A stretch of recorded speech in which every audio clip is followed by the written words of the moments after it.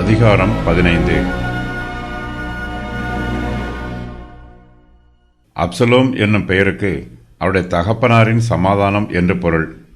ஆனால் அப்சலோமோ தன்னுடைய தகப்பனாராகிய தாவீதுக்கு ஏராளமான பிரச்சனைகளை கொடுக்கிறார்.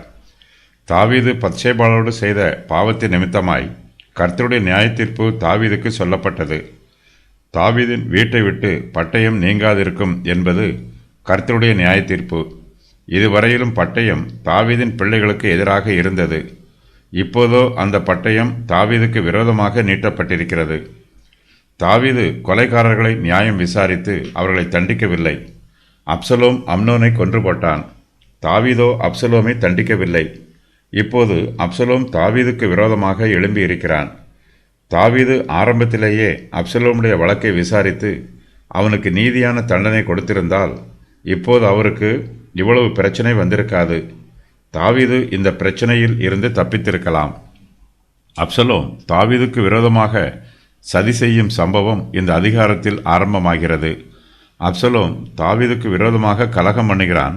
அவன் இஸ்ரவேல் ஜனத்தாருடைய அன்பையும் ஆதரவையும் பெறுவதற்கு முயற்சி பண்ணுகிறான். ஜனங்களும் அப்சலோமை விரும்புகிறார்கள். அப்சலோம் எப்ரோனுக்கு போய் அங்கே தன்னை இஸ்ரவேலின் ராஜாவாக பிரகடனம் பண்ணுகிறான். அப்சலோம் கர்த்தருக்கு ஆராதனை செய்ய போவதாக தாவீதிடம் சொல்லிவிட்டு அவன் எப்ரோனுக்கு போகிறான். திரளான ஜனங்கள் எப்ரோனிலே அவனிடத்தில் வந்து கூடுகிறார்கள். தாவீது எருசலேமில் இருக்கிறார்.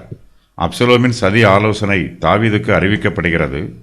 தாவீது எருசலேமை விட்டு தப்பித்து ஓடிப்போகிறார்.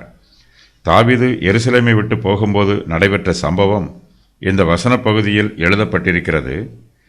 தாவீது கித்தியனாகிய ஈத்தாவிடம் சொன்னது, இஸ்ரவேல் தேசத்தார் எல்லோரும் தாவீதுக்காக மகா சத்தமாய் அழுகிறார்கள்.